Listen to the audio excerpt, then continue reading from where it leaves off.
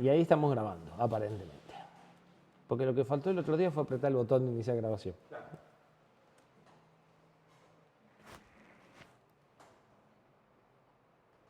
Bien.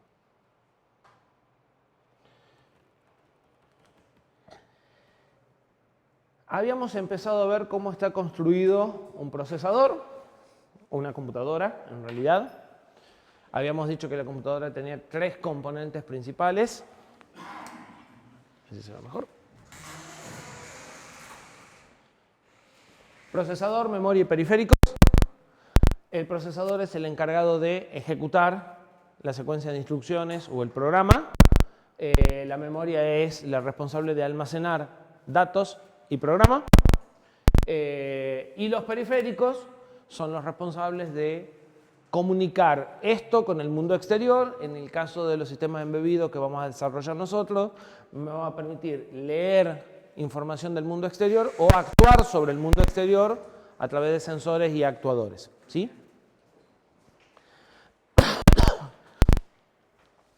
Habíamos, hecho una distinción de qué es un programa y qué es un dato. Un dato es algo, es un valor numérico que yo almaceno en un lugar conocido. El programa es una secuencia de transformaciones que yo voy a hacer sobre los datos, ¿sí? Habíamos hablado bastante de memoria, habíamos dicho que había memoria principal y memoria secundaria. La memoria secundaria es una memoria que, por razones constructivas o por razones de optimización de velocidades o de funcionamiento, a veces no nativamente su construcción lo obliga a hacer, pero es más conveniente. Se trabaja en bloques y no en datos individuales, razón por la cual el proceso de escritura y de lectura es mucho más complejo que lo que nosotros vamos a llamar memoria principal. Y toda la memoria secundaria se va a gestionar como datos de entrada-salida. Va a entrar a través de la parte de periféricos y no en memoria en el diagrama anterior, ¿sí? Esto aplica a discos, discos de estado sólido, cintas, ¿sí? Todo lo que nosotros llamamos normalmente almacenamiento. El almacenamiento también es memoria, pero es memoria secundaria, ¿sí? Tiene un método de acceso diferente, más complejo. La memoria principal para nosotros es un gran vector en donde yo tengo direcciones de memoria que me identifican lugares donde yo puedo guardar números. Esos números son de una cierta cantidad de bits, siempre constante, y yo lo veo como un vector. Guardo un dato en la posición 5 o saco el dato que está en la posición 5. ¿Sí? Habíamos empezado a ver algún tema con las características de los tamaños de las cosas y la memoria tiene un tamaño de bits y los registros que vamos a usar en el CPU, que son los elementos en donde vamos a memorizar el dato que queremos mandar a la memoria o la dirección sobre la que queremos operar en la memoria, también van a tener tamaños de bits. Y esos tamaños de bits van a tener impacto en la cantidad y el rango de los valores que podemos manejar, ¿sí? Entonces, el CPU se va a conectar a la memoria utilizando 3 conjuntos de señales o de cables. El address bus, donde se va a decir cuál es la dirección de memoria sobre la que se quiere operar. El data bus, por donde se va a mandar o se va a recibir el dato de memoria. Y un conjunto de señales de control para coordinar la transferencia. En esas señales de control vamos a encontrar siempre read o write, para indicar si estoy haciendo una lectura y una escritura. Y alguna forma de validar que todas las otras señales de control son válidas para hacer realmente la transferencia, ¿sí? También puede existir una señal de complete para que esta memoria pueda gestionar los tiempos de acceso en forma asincrónica, es decir, sin que haya una frecuencia de reloj común entre las dos, ¿sí? Esta señal muchas veces no existe y entonces las operaciones son sincrónicas. Hay un reloj entre los dos y yo sé que tenés un T, 2T para completar la operación, ¿sí? Y en ese caso la memoria se tiene que amoldar a la secuencia que genera el procesador, que siempre es el maestro de transferencias. Cuando la memoria es asincrónica, es el procesador el que se amolda a los tiempos de la memoria, ¿sí?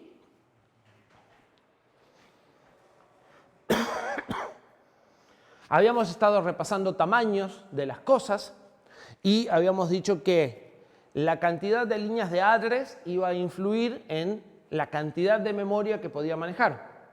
Y habíamos dicho que no había problema en poner menos memoria que la cantidad máxima que el procesador podía manejar, pero sí en poner más porque no iba a poder acceder a esa memoria. Y habíamos definido el espacio de direccionamiento como la cantidad de direcciones que puedo manejar y que está directamente vinculada a la cantidad de líneas de address. El espacio va a ser 2 a la cantidad de direcciones, de líneas de dirección, ¿sí? Acá hay los valores del dibujo anterior para algunos procesadores. Nosotros vamos a usar un procesador que tiene 32 bits de address. También es un procesador de 32 bits. Cuando decimos que un procesador es de 8, de 16 o de 32, nos estamos refiriendo al tamaño de la unidad aritmético-lógica que hace las operaciones de transformación de datos, ¿sí? Sí, en general sí. En general sí. En general los registros de CPU y la ALU tienen el mismo tamaño. Pero hay algunos procesadores, o hubo algunos procesadores medios extraños, que eran procesadores de 16 bits, pero podían concatenar. Tenían varios registros, tenían más de una ALU, y podían concatenar 2 registros de 16 para hacer un registro de 32 y 2 ALUs de 16 para hacer una operación de 32 en un T cuando era de 16. ¿Sí? Entonces, si el procesador es de 16 o de 32, está marcado por la ALU, los registros y las conexiones principales. Pero a veces se hacen cosas raras de partir y conectar registros de vuelta. Y ya es un poco más difícil de decidir qué tamaño es. Bueno, este era de 16, pero podía operar a 32 como si fuera de 32. Pero digamos, era de 16, los caminos vos lo veías, cuando vos veías los anchos, las cosas eran de 16. Lo que pasa es que como había más de una y se podían pegar y operar simultáneamente, también podía hacer cosas de 32, pero digamos, para eso tenés que meterte adentro de la arquitectura, que algo vamos a hacer y decidir internamente cómo está operando, ¿sí? El tamaño de palabra es justamente eso, es internamente los caminos de operación que tiene y los elementos de operación internos que tiene, de qué tamaño son. Desde que estamos operando en 32 bits, estas cosas raras medio que se acabaron. Porque incluso si necesito 64, directamente ya me voy a procesar de 64.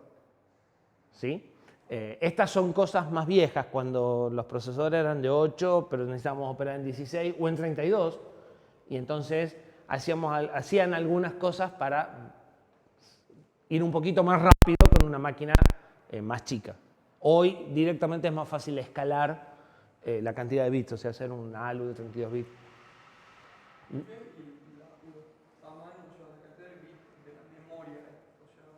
Bien, a eso íbamos ahora. La cantidad de bits de la memoria sería muy cómodo que sea del mismo tamaño que la cantidad de bits de los registros, porque el dato que está en memoria es el que yo voy a mandar a un registro para operar. Pero ahí discutimos un largo rato la clase pasada. ¿Por qué? Porque si la memoria si esto es de 32 bits, lo menos que yo voy a poder acceder son 32 bits. ¿Por qué? Porque yo digo, dame el contenido de la dirección 1. Si la dirección 1 es de 32 bits, la única posibilidad es traer los 32 bits. ¿Cuál es el problema? Muchas de nuestras constantes, en el orden del 70 y tantos %, son de 8 bits. O entran en 8 bits. ¿Sí? Y estaría desperdiciando 24 bits en cada dirección. Entonces, pero tampoco me conviene que sea de 8, porque si esto es de 8, en ese 26% de los casos donde yo opero con 32 bits, tendría que hacer 4 accesos consecutivos para poder armar un número.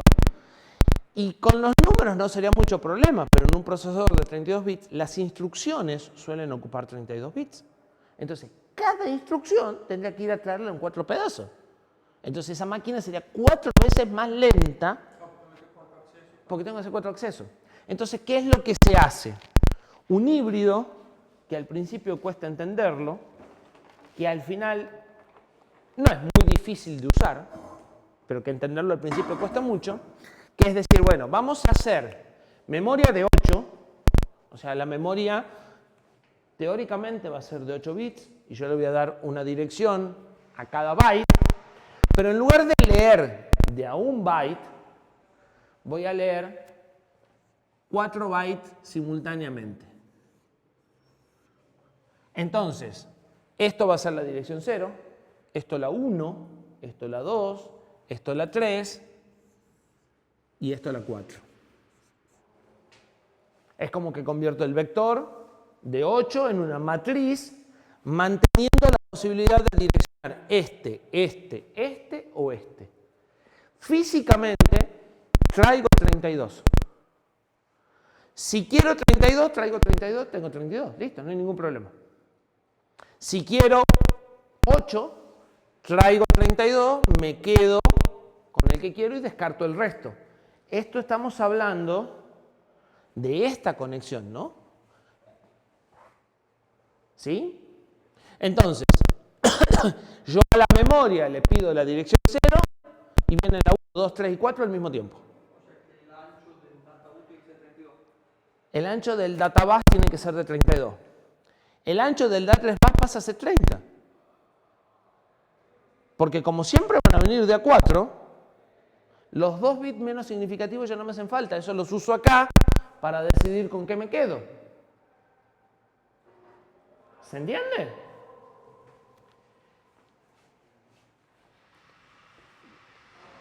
Yo lo que hago es la memoria la construyo de 32, pero le asigno direcciones a cada cuarto. Entonces, fíjate, si yo quiero leer este byte, ¿qué dirección tengo que mandar? ¿Y si quiero leer este? Claro, para allá el 0, porque quiero que venga lo mismo. Después tengo que usar el 0, el 1, el 2 o el 3 para elegir cuál de los cuartos es el que quiero, pero ya me traje los 4 cuartos de una sola vez. Es un segundo paso que se queda acá adentro. Acá le digo, no, espera, de lo que llegó, quédate con este cuarto en este lugar. Entonces, los 2 bits menos significativos los uso acá, con unos multiplexores, para llevar este cuarto a este pedacito y completar los ceros. Para la memoria solo necesito los 30 más significativos.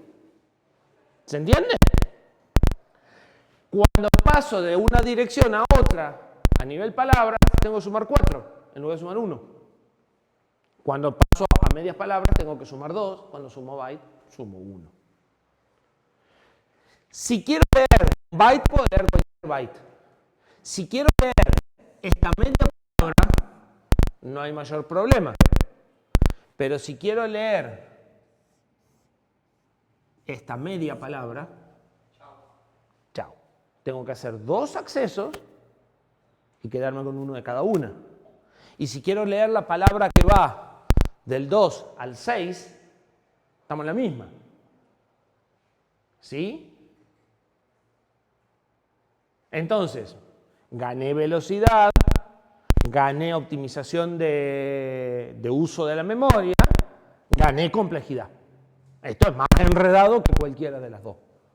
Sin embargo, esto es lo que en general se usa. ¿Sí? Depende del procesador, podrá hacerlo automáticamente el control, esto de hacer 2 operaciones y reensamblar, o lo tendrá que hacer el compilador. En el procesador que nosotros vamos a trabajar, el procesador puede resolver la lectura de un byte y moverlo al byte menos significativo para que el número que yo voy a operar sea el que yo quería. ¿Sí? Puede hacer la resolución de medias palabras alineadas, es decir, que empiecen en direcciones pares y acomodarlas, o puede hacer el acceso a palabras alineadas, es decir, que empiecen en direcciones múltiplo de 4. Cosas desalineadas las tienen que arreglar por software. El compilador de C se encarga. ¿Sí? Sin embargo, depende de cómo yo arme las estructuras o los arreglos y las direcciones de inicio que tenga, puedo estar sobrecargando muchas operaciones porque me corría un byte y era mucho más fácil. Exactamente. ¿Sí? En el compilador se va a encargar de alinear y el compilador se va a encargar muchas veces, esto lo habíamos dicho aunque yo no dije exactamente cómo se hace, de que si yo defino una estructura, habíamos discutido en la clase anterior, que si yo defino un struct de 8, 8, 8 y 32, ese struct, estaría desalineado. Él los struct los pone alineados. Pero como yo definí 3 miembros de 8 primero y uno de 32 después, caería en una dirección desalineada. Con lo cual, el compilador puede hacer más 8 fantasmas para que esto entre alineado. Y yo le puedo decir si quiero que lo haga o quiero que no lo haga en función de la optimización.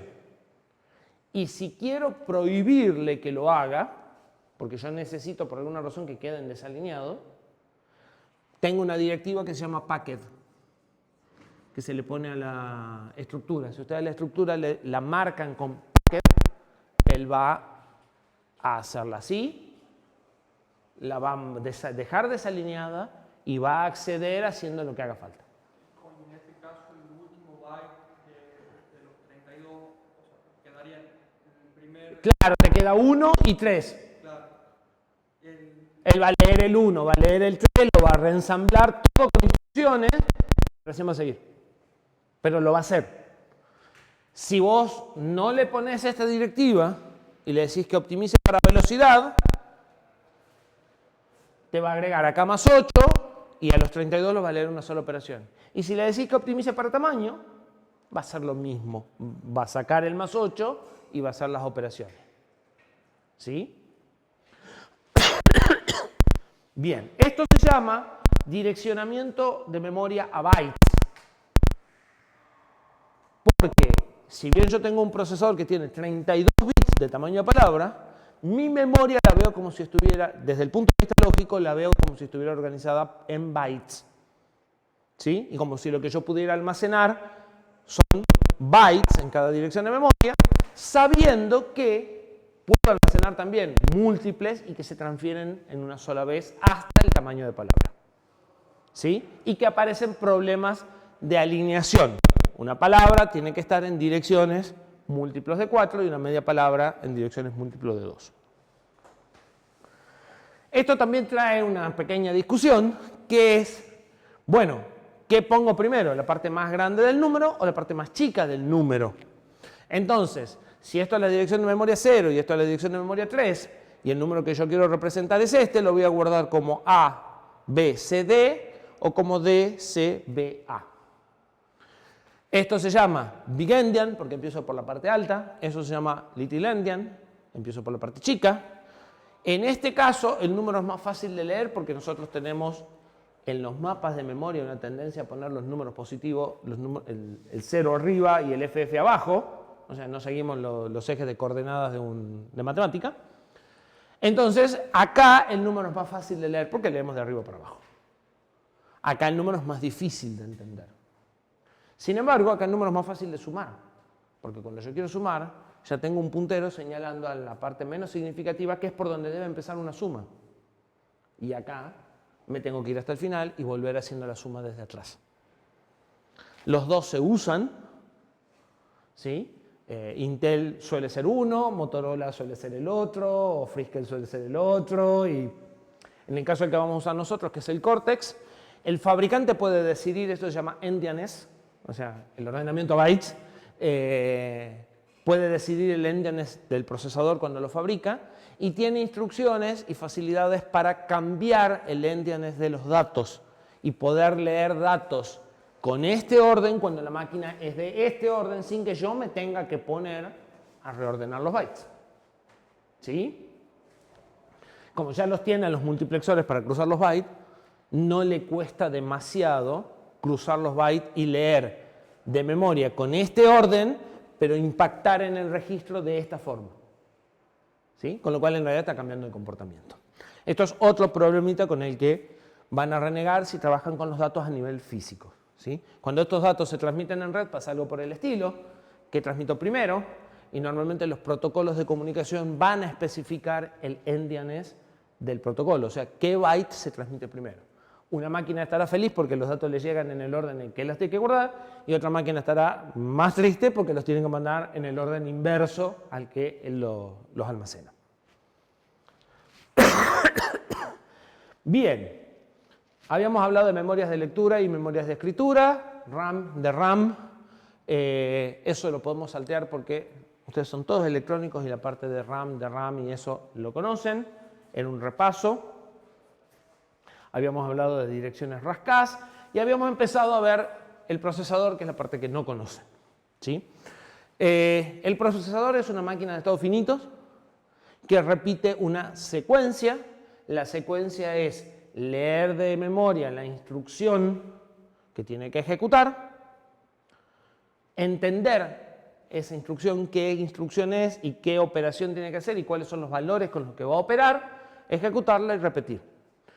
Nosotros cuando vimos en el principio de la clase cómo se ejecutaban distintos lenguajes, hablamos de los lenguajes compilados, donde se transforma a código de máquina, y de los lenguajes interpretados, donde un intérprete hacía exactamente esto, porque de hecho el control es un intérprete del código de máquina a las señales de hardware necesarias para que el camino de datos, que es el conjunto de registros, unidad aritmético-lógica y las conexiones, hagan las cosas, ¿sí? Genera la señal de control a partir de la instrucción que queremos hacer.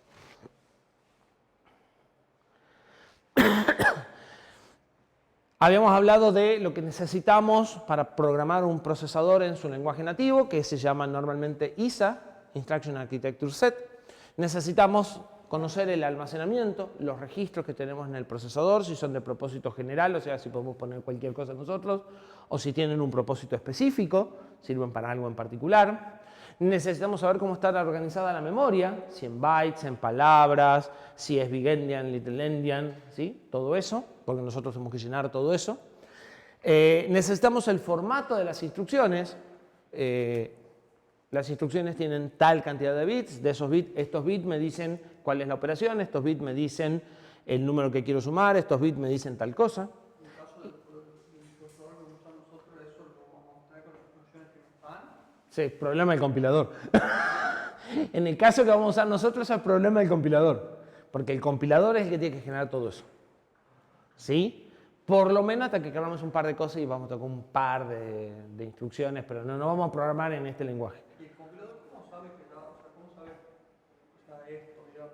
El compilador está desarrollado específicamente para esta máquina. Necesitas un compilador para cada ISA. Por eso el compilador del Cortex no es lo mismo que el compilador de la PC, porque generan código de máquina ajustado a esta especificación de la máquina. ¿Sí? Y por último el set de instrucciones. ¿Qué puede hacer? Puede sumar, puede restar, puede multiplicar, puede dividir. Es interesante que tengan presente que a este nivel muchas veces no se puede ni multiplicar ni dividir siquiera. ¿Sí? Las máquinas modernas de 32 bits de determinado tamaño en general multiplican, pero no dividen. Pero algunos, los procesadores Cortex M0 del día de hoy, no tienen ni multiplicación ni división por hardware, o pueden no tenerlo. ¿Sí? Como para que se den una idea de qué cosas podemos hacer. Son bastante primitivas las cosas que se pueden hacer en el nivel físico. En realidad depende del procesador. Porque después tienen procesadores que pueden implementar una red neuronal en una instrucción. Pero bueno, sí, pero esos son procesadores específicos. Los procesadores generales lo que podemos hacer es bastante bajo.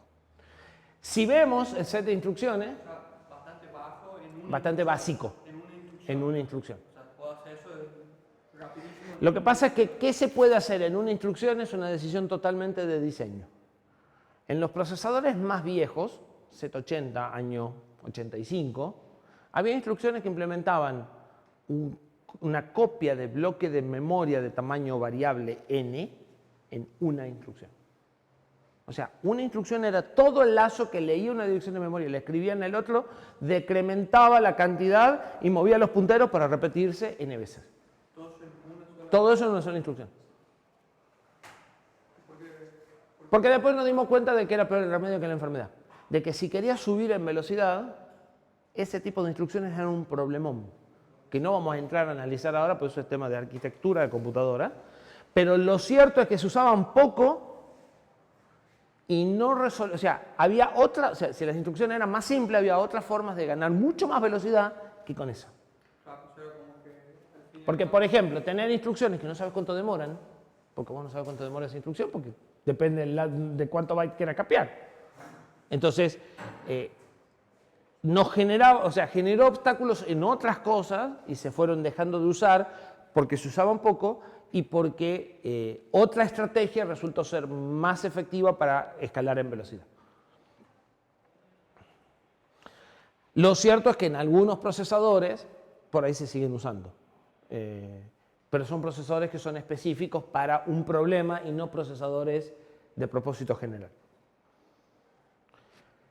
Si revisamos el set de instrucciones a las cosas que puede hacer el procesador, nos vamos a encontrar tres grupos. Movimientos de datos, para traer datos de memoria a los registros, de los registros a memoria, y a veces entre memoria y memoria, como la que acabo de decir.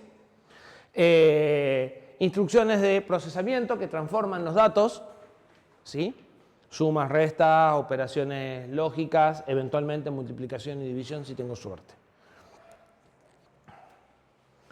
Y control de flujo, saltos, porque en un procesador el programa naturalmente se ejecuta en direcciones consecutivas, o sea, el programa está ubicado en direcciones consecutivas de memoria y yo voy avanzando de una instrucción a la que sigue, barriendo direcciones consecutivas. Si yo quiero hacer tomas de decisiones, necesito romper ese flujo en forma condicional, y si quiero hacer lazos, necesito romper ese flujo en forma condicional e incondicional, ¿sí? Entonces voy a encontrar saltos condicionales o incondicionales que van a romper el flujo. Si un salto incondicional siempre va a ejecutar una instrucción que no es la que está a continuación, sino la que se llama el destino del salto, ¿sí? Vengo a la 10, 11, 12, 13, vuelvo a la 7. O 10, 11, 12, salto a la 25, ¿sí? Y en los condicionales, lo mismo, pero solo si se cumple una condición. Si no se cumple la condición, voy a seguir con la consecutiva, y si se cumple, voy a ir a la alternativa, ¿sí?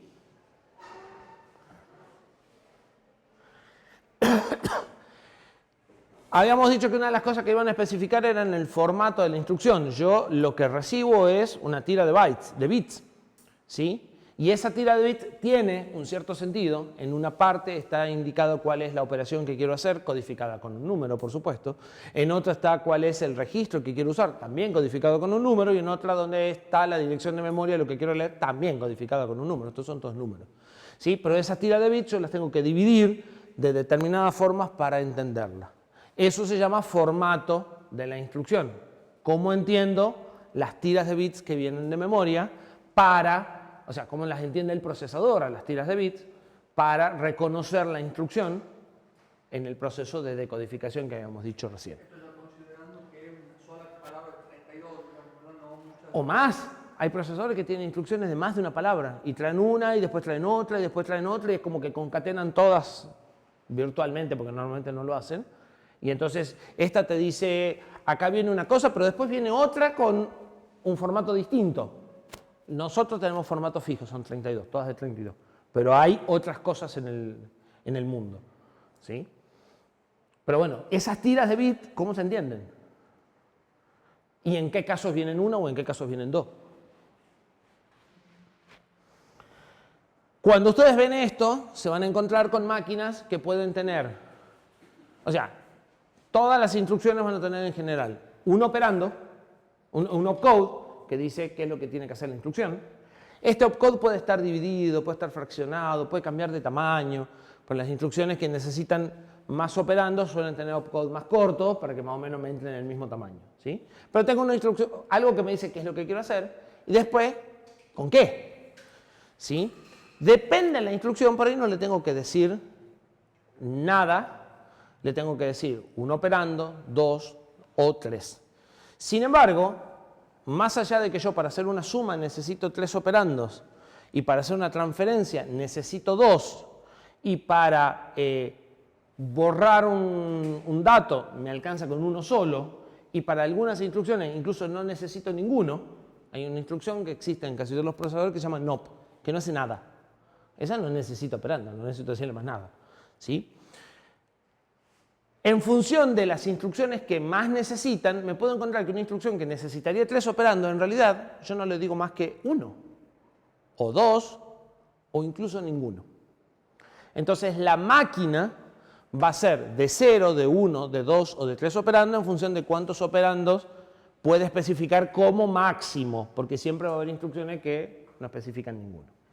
Las máquinas de 0 operando van a utilizar una pila.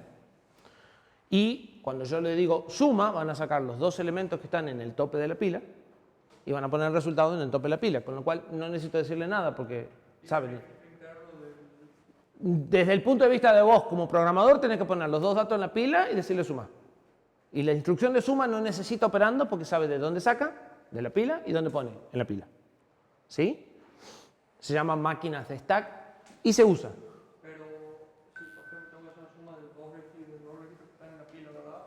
Sí. El resultado Va a volver a la pila. Sí, saca los dos y pone la pila. O sea, si tu pila es así,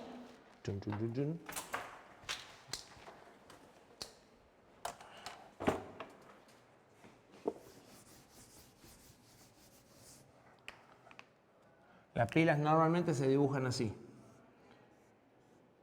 Si vos tenés el 3, el 5 y esto es el tope de la pila, cuando haces suma te va a quedar así. Este es el mismo, y acá te va a quedar el 8 y acá te va a quedar el tope de la pila. ¿Se entiende? Entonces lo único que tenés que hacer es suma, el resto ya sabe cómo hacerlo. La otra posibilidad es que sea de un operando. En un operando normalmente tenés un registro que se llama acumulador. Entonces todas las instrucciones van a ser del tipo A igual a A más lo que vos le digas. Y entonces la fuente y el destino son el mismo. La otra posibilidad es de dos operandos. Entonces en ese caso solés tener OP1 igual a OP1 más OP2. Es como este, pero puedes elegir cuál es el fuente y destino. Y las de 3, bueno, tenés A igual a B más C. Y especificas esto, esto y esto. ¿Sí? Obviamente, cuantos más operandos tengo, más lindo, más agradable de trabajar, más datos necesito para indicar los operandos. ¿Sí? Por otra parte, si tengo un solo registro, no tiene mucho sentido este, ni este. Porque si es el único, ¿para qué lo voy a gastar en decir? Ya lo sabemos. ¿Sí? Entonces se habla a veces de que hay operandos implícitos. No hace falta que los diga porque están implícitos. Y ahí es donde entra lo que habíamos cortado, hasta acá era repaso, que son los modos de direccionamiento. Los modos de direccionamiento son qué relación hay entre el dato que yo pongo en la instrucción y el dato que quiero operar. Y ustedes me dirán, ¿y es el mismo? No. Casi nunca es el mismo. Si yo pongo add A, B, 3, este 3 podría ser una constante. Y podría ser que quiero sumar A, o sea que en A quiero guardar B más 3. Pero también podría ser una dirección de memoria. Y entonces lo que quiero sumar es B con el contenido de la dirección de memoria 3. Y teniendo en cuenta que todo esto es binario, también podría ser el registro número 3. Porque en realidad A y B serán el 1 y el 2. ¿Se entiende? Porque no se olviden que todo esto son números. Y cuando yo digo A, bueno, A es el registro 1. Acá pongo un 1 si es A. Pongo 2 si es B. Pongo 3. Bueno, pero este 3 es el registro. Es una constante. Es la dirección de memoria. ¿Qué es ese 3? Está bien, viene un 3, pero ¿qué tengo que hacer con ese 3? Eso se llama modo de direccionamiento. ¿Qué le proveo yo para llegar al operando? ¿Sí? Los modos, hay muchísimos modos de direccionamiento. Un modo de direccionamiento básico es el registro. Lo que yo le digo son los números de registro. Entonces, suma el registro 1 con el 2, o sea, en el 1 guardar el resultado del 2 y el 3. Esto va a ser un código 27, que significa add, el número 1, el número 2 y el número 3. ¿Sí? Pero como el 27 es para suma por registro, ya sabe que el 1, 2 y 3 son los registros que tiene que usar. podría tener el 28, en donde esta 3 es una constante, y entonces suma el registro 2 con la constante 3, y a eso lo pone en el registro 1. ¿Sí? Y tengo dos instrucciones con distintos modos de direccionamiento. Uno es registro, el otro es inmediato. Cuando yo pongo las constantes, cuando la constante viene metida en la instrucción, es inmediato, viene con la instrucción. Y fíjense que es la misma operación, pero necesita dos códigos de operación, porque sí, hago lo mismo, sumo, pero no lo hago de la misma forma. La secuencia en la que lo hago es distinta, entonces necesito distinguirlas. ¿Se entiende? Modo de direccionamiento disponible, registros, el valor está en un registro. Se usa para variables. Las variables las pongo en registro, sobre todo las variables como un lazo de for i de 1 a 7. Bueno, ideal, la pongo en el registro del 1 y ya está. Directo, pongo una dirección de memoria. ¿Sí? Pero las direcciones de memoria suelen ser grandes y meter una dirección de memoria de 32 bits en una instrucción de 32 bits no va a ser del todo fácil. ¿Sí? Entonces a veces lo que sucede es, bueno, de la memoria tenemos un pedacito privilegiado. Los primeros 16 bits yo los puedo poner ahí y los otros vas a tener que usar otra forma. ¿Sí? Pero esa es fácil y rápida. Eso es un modo directo, por ejemplo. El dato está en memoria y yo lo que le doy es la dirección de memoria. ¿Me falta alguno? Bien. Dos modos más que se usan mucho. El modo inmediato. Es una constante que viene metida dentro de la instrucción. O sea, quiero sumarle 5. Bueno, el 5 viene puesto en la instrucción.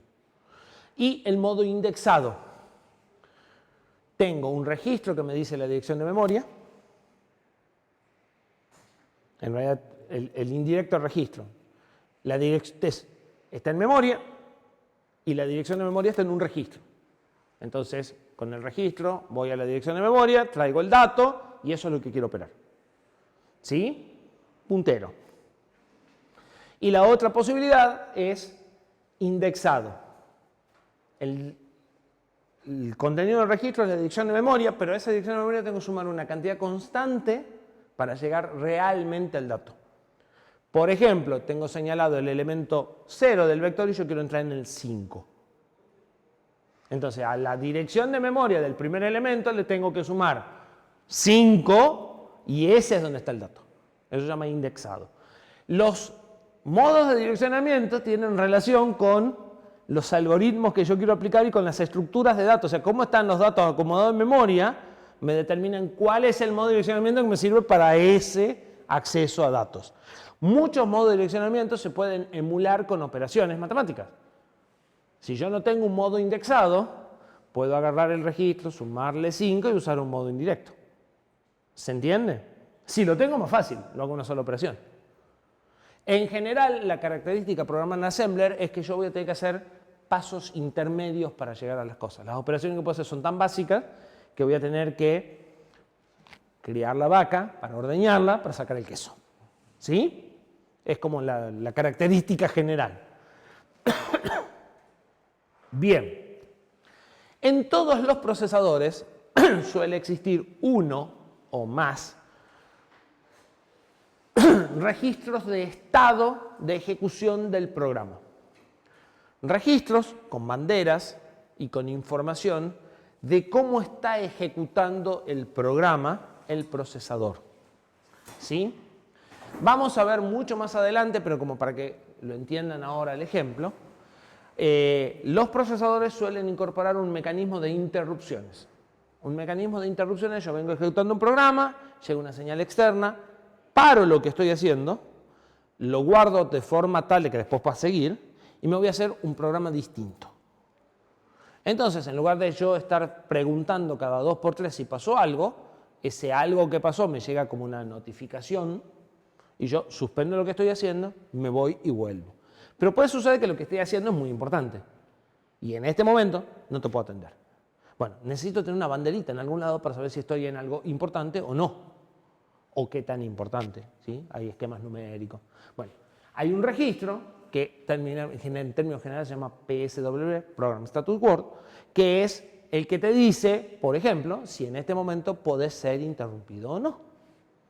¿Sí? O sea, lleva el estado del programa, no lleva datos, sino que me dice qué estoy haciendo con o sea, qué está pasando con el programa en este momento. Un registro, pero de propósito específico. No, está dentro del procesador. Porque influye en cómo se comporta el procesador.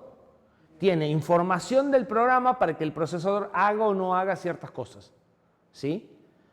Pero o sea, es una forma de controlarlo al procesador, de decirle al procesador reaccionar de esta manera o reaccionar de esta otra en función de lo que esté acá.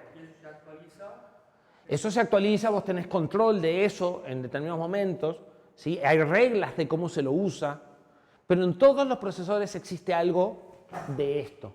En algunos procesadores existen 300 registros de estado, no uno, ¿sí? Porque guardan otra información. Pero, digamos, no son registros donde yo pueda poner cualquier cosa. Lo que yo pongo ahí influye en cómo funciona el procesador. ¿Sí? Son registros especiales. Dentro de esos registros, en muchos procesadores, el que nosotros vamos a usar entre ellos, hay un pedacito que se llama registros de código de condición, o banderas, o flags. Las banderas sirven para implementar los saltos condicionales. ¿Cuáles son las condiciones que voy a poder evaluar un salto condicional? Bueno, si una operación aritmética previa dio 0 o no dio 0, si una operación aritmética previa era negativa o positiva, ¿sí? Entonces, en función de resultados de operaciones aritmético-lógicas, yo voy a tomar las decisiones. Algunos procesadores almacenan el resultado de una operación aritmética y lo usan en una instrucción de salto a continuación, y para eso necesitan guardar en algún lado el resultado de una instrucción, o sea, no el resultado, sino las banderas que señalan características del resultado. Porque el resultado ya lo guardó en el registro. El 7 lo guardó en el registro, pero yo necesito saber si era positivo, si era negativo, o si desbordó, o si era 0. Entonces, esas banderas se guardan en este registro, CCR, que es un pedacito del PSW, ¿sí? Y las instrucciones de salto se fijan en esa bandera para saltar o no saltar. Otros procesadores, el salto incluye la instrucción aritmética que tiene que hacer. Entonces el salto es saltar a tal lugar si A menos B es 0. Y el salto tiene 3 operandos. Tiene a dónde quiero ir y los 2 operandos aritméticos que quiero comparar. ¿Sí? Ventajas y desventajas. Bueno, si yo le tengo que decir en los saltos las instrucciones aritméticas, o tengo 500.000 saltos o tengo pocas instrucciones aritméticas de comparación. ¿Sí? Si tengo códigos de condiciones como más flexible, cualquier instrucción aritmética me sirve para después concatenarlo con un salto. El problema de los códigos de condición es que a veces yo lo seteo en una instrucción y lo quiero usar más abajo y tengo instrucciones al medio y tengo que ver que esas instrucciones no los modifiquen. Y lo que es más grave es que si yo quiero ejecutar instrucciones aceleradamente y quiero empezar a ejecutar instrucciones anticipadamente, los códigos de condición son una traba. ¿Sí? Por eso algunos procesadores modernos no los tienen para poder adelantar instrucciones. ¿Sí? Una de las formas de escalar en velocidad es decir, bueno, mientras termino esta, empiezo con la que sigue, y bueno, esto me lo corta. ¿Sí? Esto me trae un problema. Además de los códigos de condición que pueden estar o no, como les decía, hay otra información, como por ejemplo si puede aceptar interrupciones o no, u otras cosas. ¿Qué hay adentro de eso? Varía mucho de procesador a procesador, pero todos tienen algunos mecanismos de control de ese tipo.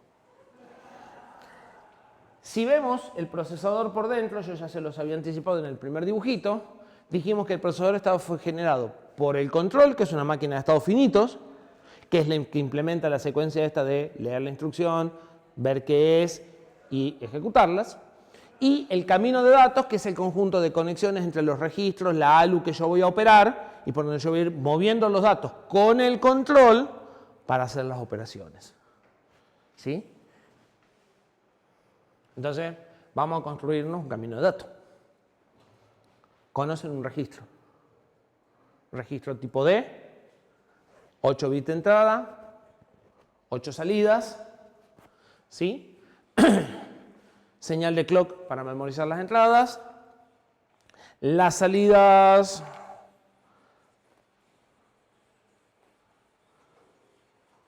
está bien, el enable es para que el clock memorice. Si no tengo enable, no memorizo. ¿Sí? Si yo conecto dos de esos con un sumador, sumadores vieron también, y otro, y tengo 4 señales de control, podría ser una máquina de datos finito que le diga a estos dos que memoricen un número y un número que van a ser mis operandos, que todavía no sabemos dónde van a salir porque me faltan conexiones. Le podría decir a este que sume y, sabiendo cuánto es el tiempo de suma, porque esto es combinacional puro, X tiempo después le digo a este que memorice el resultado. ¿Sí? Fíjense que con ese circuito podría ser perfectamente o sea, L igual a A más B, y después podría ser eso más B de vuelta, ¿sí? Porque este que viene acá podría volver a entrar acá y ir repitiendo. Bueno, eso es un pichón de camino de datos. O sea, por ahí vamos a ir construyendo lo que tiene adentro un procesador. Claro, o sea, esto te podría implementar L igual a A más B. Con el problema que no podrás hacer A igual a A más B, ni B igual a B más B, o sea, solo podrás hacer L igual a A más B.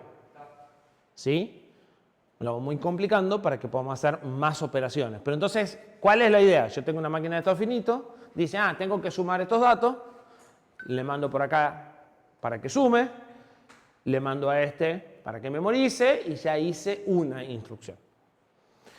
Detalle importante, en general no vamos a hablar de un sumador, vamos a hablar de una ALU.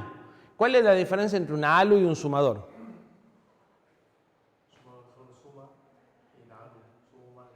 Hace más operaciones. Sigue siendo lógica combinacional, bastante más enredada, si quiero meter la multiplicación, bastante más enredada, así que ya saben por qué los procesadores no multiplican, ¿sí? Pero a la larga es un bloque combinacional. Algo muy importante, porque vamos a estar trabajando con tiempo y no tiempo, esto es combinacional, esto tiene memoria. Y no vamos a entrar mucho en detalle de eso, pero los tiempos entre estas señales dependen de la propagación de esto.